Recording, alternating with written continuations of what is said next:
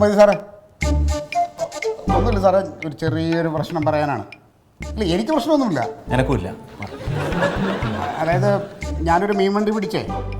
അപ്പോൾ അതിൽ കാസർഗോഡ് നിന്ന് വന്ന വണ്ടിയാണ്, ചെറുവത്തൂര്. അപ്പോൾ അതിനകത്തൊരു ചെറുപ്പക്കാരനുണ്ട്.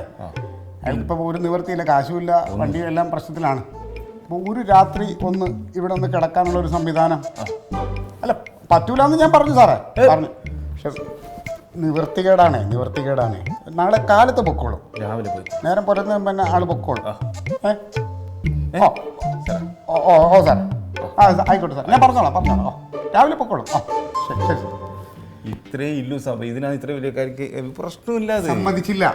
ഞാൻ നിർബന്ധിച്ചുകൊണ്ട് ഇപ്പൊ സമ്മതിച്ചതാ. എന്റെ ഉത്തരവാദിത്തത്തിലാണ് സാറേ. അപ്പൊ ഞാൻ എവിടെ കിടക്കേണ്ടതാണ്?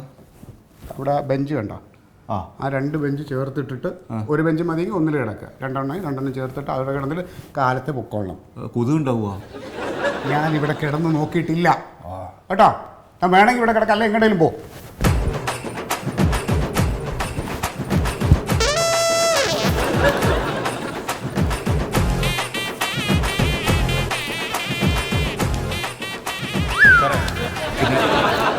കക്കൂസ് എടാ പറ. കക്കൂസ് താൻ എന്തിനുള്ള പുറപ്പാടാണ്? കക്കൂസ് കൊണ്ട് സാറേ, കുളിക്കണം.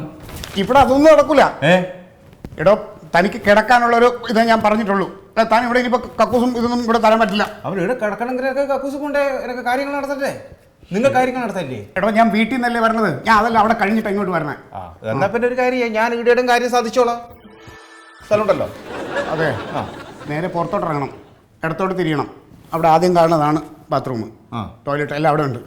വൃത്തികേടാക്കരുത്. വൃത്തിയുണ്ടല്ലോ, വൃത്തികേടാക്കരുത്. അപ്പൊ ഒരു കാര്യം, എന്റെ ചോറും ഭക്ഷണം വേണ്ടി എനിക്ക്. താൻ എന്തോടെ അവകാശം സ്ഥാപിക്കുകയാണ്?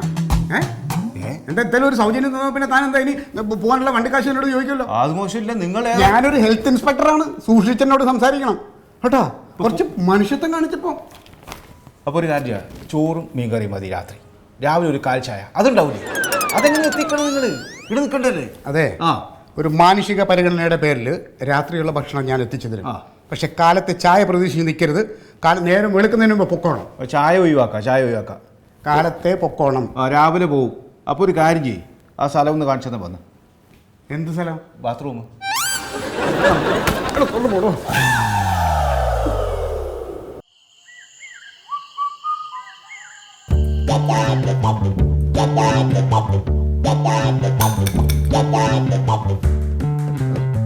വിളിച്ചതല്ല, ഇതിന്റെ ഒച്ച കറക്റ്റ് അല്ല. അപ്പൊ അതുകൊണ്ട് ഞാനൊന്ന് നന്നാക്കാൻ പറ്റുമെന്ന് നോക്കുകയാണ്.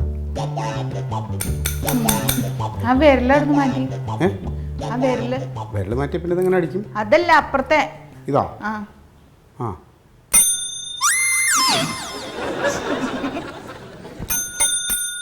ഓക്കെ. നമ്മുടെ ഈ ഓഫീസിലുണ്ടെങ്കിൽ ഇതൊന്നും കൈകാര്യം ചെയ്തിട്ടില്ലേ, അതാ സംഭവം.